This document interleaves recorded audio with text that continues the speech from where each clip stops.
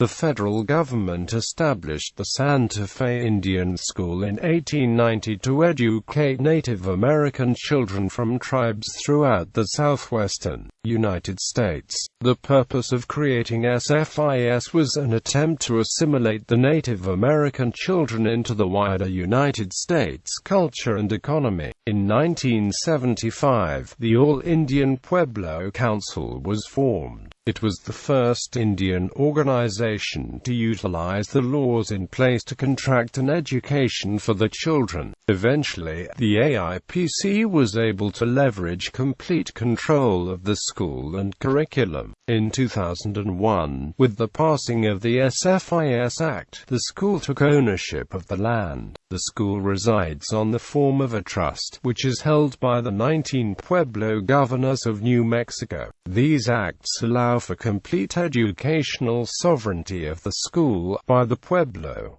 Indian boarding school's origins. The original concept of the Indian boarding school began as a social experiment predating the Civil War. Around the 1860s, the United States federal government created day schools to educate children about Western civilization. They were ineffective in this process because the students did not retain the knowledge acquired at school. A factor in knowledge retention was the students returning home. After discovering this method of education was ineffective, a different approach was taken. In the 1870s, the concept of Indian boarding schools came into fruition.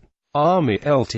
Richard Henry Pratt captured 72 Native American prisoners who fought against the Army. He tested his version of the social experiment that was previously attempted on the children.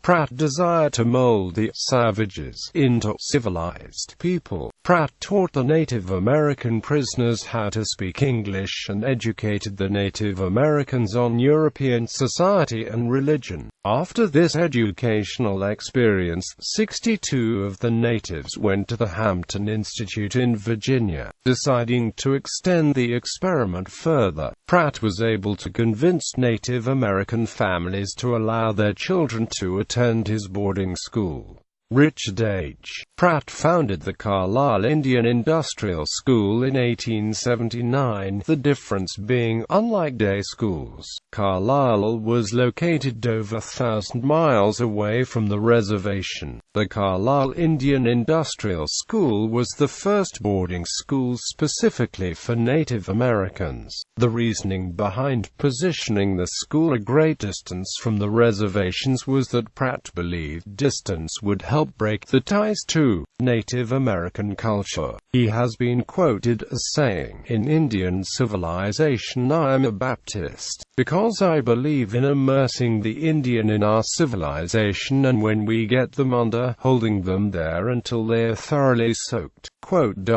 Pratt desired to remove the children from the native roots, and he was harsh in the actions he took. Being that Pratt was from the armed forces, his background dictated how he operated the school. The students were forced to cut the hair, a symbol of the pride. One boarding school student was quoted as saying, "Was the pride of all Indians. The boys, one by one, would break down and cry when they saw the braids thrown on the floor. All of the buckskin clothes had to go, and we had to put on the clothes of the white man." The students were stripped of all traces of what their culture was, such as the long hair, their clothing, and the native language. The same student went on to say, "This is when the loneliness set in, for it was when we knew that we were all alone. Many boys ran away from the school because the treatment was so bad, but most of them were caught and brought back by the police." Having to deal with the oppression of the school and lack of contact from the families, the students were struck with a feeling of loneliness. Reformation of Indian boarding school. Changes to the system of the Indian boarding school took place over the 20th and 21st century. The school system reformed to its current iteration. In the 1920s, Hubert Work, the U.S. Secretary of the Interior, authorized an investigation on the conditions of Indian boarding schools. The group reported the findings in the Merriam Report that highlighted the failures of the boarding school system. In the presidency of Franklin D. Roosevelt, a shift in federal Native American policy began when President Roosevelt established the Indian New Deal with the purpose of protecting the Native population residing within the United States. The cornerstone of the Indian New Deal was the Indian Reorganization Act in 1934. This act allowed for the Native Americans to construct their own constitutions and govern themselves.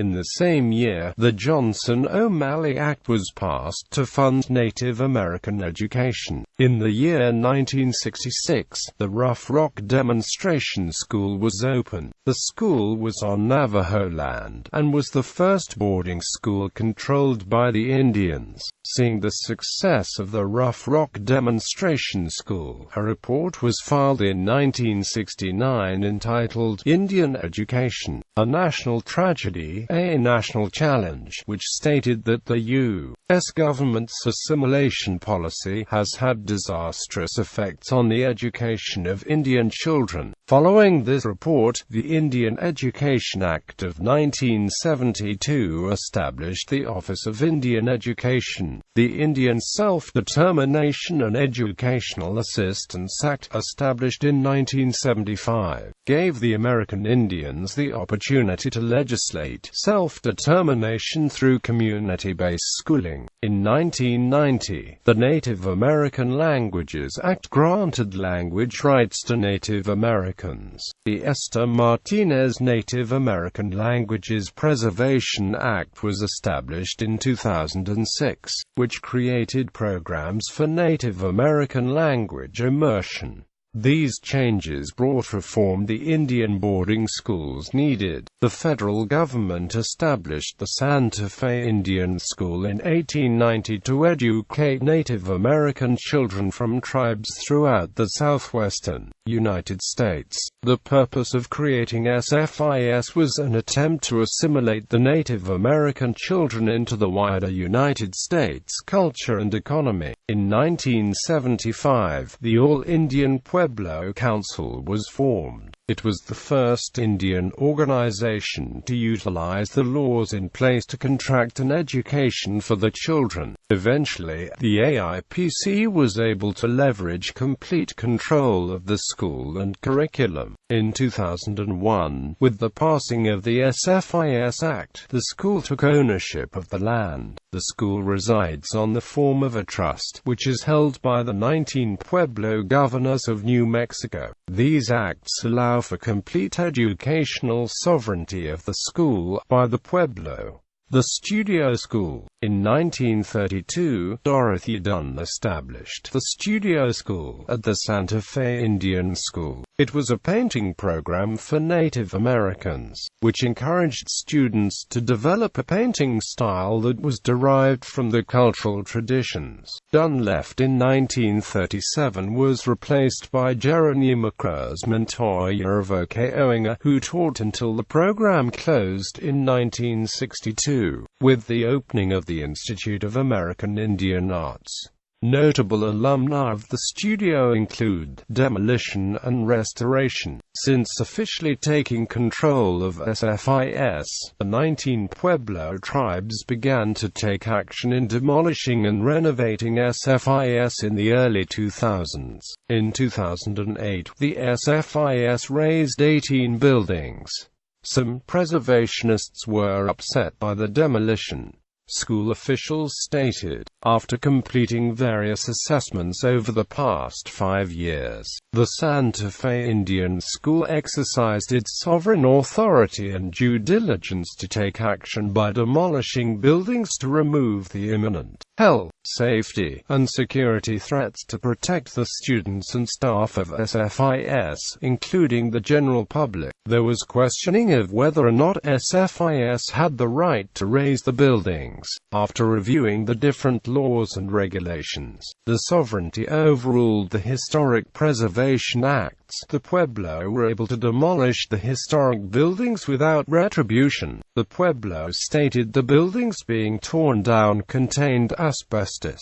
They did not have the funds to repair the buildings and maintain them. The demolition of these historic buildings, in turn, had many benefits for the tribes. A Pueblo governor reportedly called the demolition of the buildings a spiritual cleansing for his people. Spiritual cleansing was desired by the Pueblo tribes after years of attending Indian boarding schools and assimilating to different ideals. The restoration of the school contributed to enhancing and reviving the overall cultural experience of the school. The rebuilding of the school was a collaborative design-build project between Albuquerque offices of Flint Co-Construction and ASCG. To create a homely environment, SFIS included fireplaces in the dorms and classrooms. SFIS believes creating a familiar environment will prevent students from becoming homesick and possibly reduce the dropout rate. Today there are 624 students enrolled at SFIS in grades 7 to 12.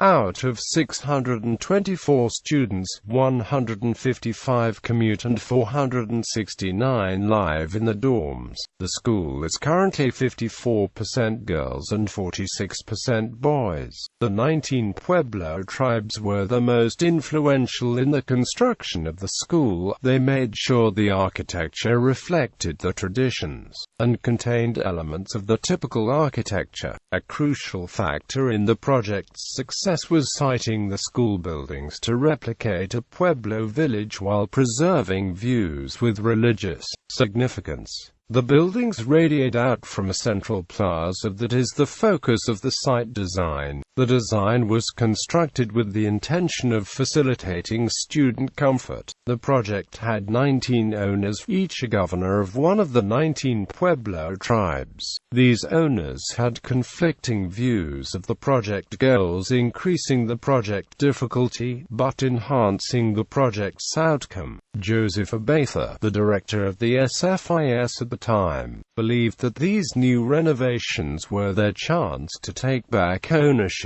of the school and what it represents. They would ensure the school would reflect and sustain their culture. These desires were fulfilled through the design of the project. The buildings were built in adobe style. The dorms and some classrooms contained fireplaces similar to the ones from the homes. SFIS has round rooms. To stimulate these desires were fulfilled through the design of the project.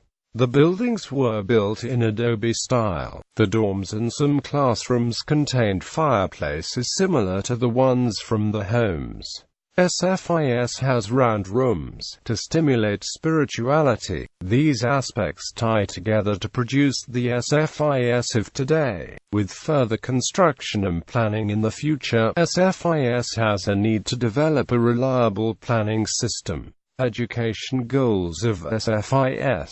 The goals of SFIS are to educate the students by clarifying what they must accomplish, supported by an education of Native American culture as the foundation. The Santa Fe Indian School remains a pivotal institution and educational training ground for the development of Indian students and their communities. The strong relationship the school has with its tribal communities and parents is a fundamental aspect of the SFIS experience. With enhancing the educational experience and developing a new style of teaching, SFIS is looking to capitalize on the opportunities at hand and incorporate more technology into the plans. Agriscience. One important initiative is a branch of CBE called Agriscience, which works closely with several Pueblo communities to engage students in all aspects of farming and agricultural practices through regular community visits.